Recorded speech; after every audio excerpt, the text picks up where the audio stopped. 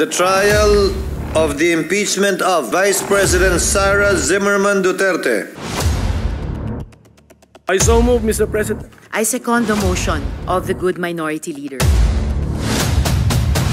Malubhang abuso, korupsyon at pagtataksil sa interes ng publiko.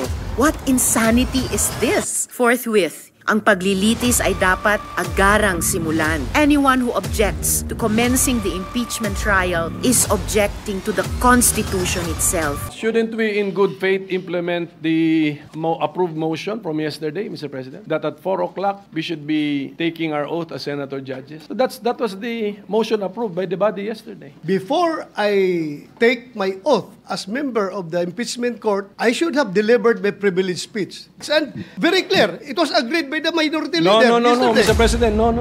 It was stressed the convening of the court. That was the issue. And the agreement natin, the oath taking is not the convening of the court. It was very clear, Mr. President. I second the motion of the minority leader, Mr. President. I still Point have of the floor. order. I have the floor, Mr. Point of President. order. I have the floor, Mr. President. The verified impeachment complaint be dismissed.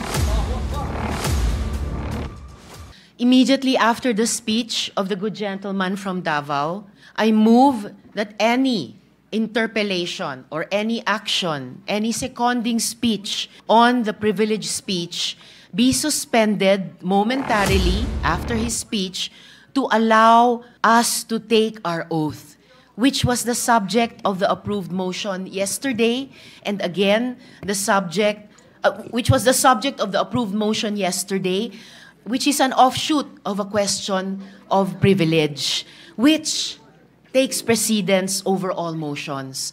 So I restate my motion. I still Point have of the floor. order. I have the floor, Mr. Point of President. order. I have the floor, Mr. President, A point to of make order, way Mr. President. for Session- taking of the session oath is before the suspended. presiding officer. The impeachment trial of Vice President Sara Zimmerman Duterte is hereby declared open and called to order.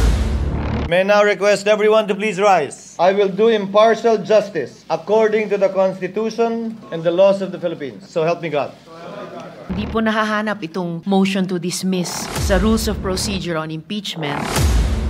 I too object to the motion of Senator Judge De La Rosa. A motion to dismiss is not found. Hindi po nahahanap itong motion to dismiss sa Rules of Procedure on Impeachment. At kung mayroon man, hindi Senator Judge ang magre-raise nun, kundi ang defendant, si Vice President Sara Duterte, ang dapat mag-raise niyan. Higit pa po, naniniwala ako na hindi po tayo pwedeng kumilos unilaterally sa dismissal ng impeachment complaint nang hindi pa natin naririnig kahit isang salita mula sa prosecution, ni isang salita mula sa defense tungkol dun sa di umanong constitutional infirmities ng impeachment complaint. Ang pinaka-basic tenet ng due process ay yung karapatang marinig. Ang rekomendasyon ko po ay bago magdesisyon ang body na ito sa usaping ito, i-notify po muna natin ang prosecution at ang defense tungkol sa motion ni Senator Judge De La Rosa at bigyan sila ng sapat na panahon magsumite ng kanilang comments sa bagay na ito. Mr. Presiding Officer, maintaining the view that the parties should comment on the question made before this body, para po sa akin, ang impeachment court ay dapat lamang po tayong mag-rule sa motion pagkatapos nating ni-require yung parties mag-comment dun sa motion ni Senator Judge De La Rosa within that sufficient period of time as the good presiding officer may determine. Pending this, minimaintain ako po, Mr. Presiding Officer, ang aking objection sa motion. Senator Cayetano, you may proceed. Mr. Presiding Officer, I move to amend the motion of Senator De La Rosa that the articles of impeachment be returned to the House of Representatives. The presiding officer will now proceed to divide the House. All those in favor of the motion of Senator Cayetano, please raise your hands. All those against the motion of Senator Judge Cayetano, please raise your hand. With 18 affirmative votes, 5 negative votes, 0 abstention, the motion of Senator Cayetano is carried.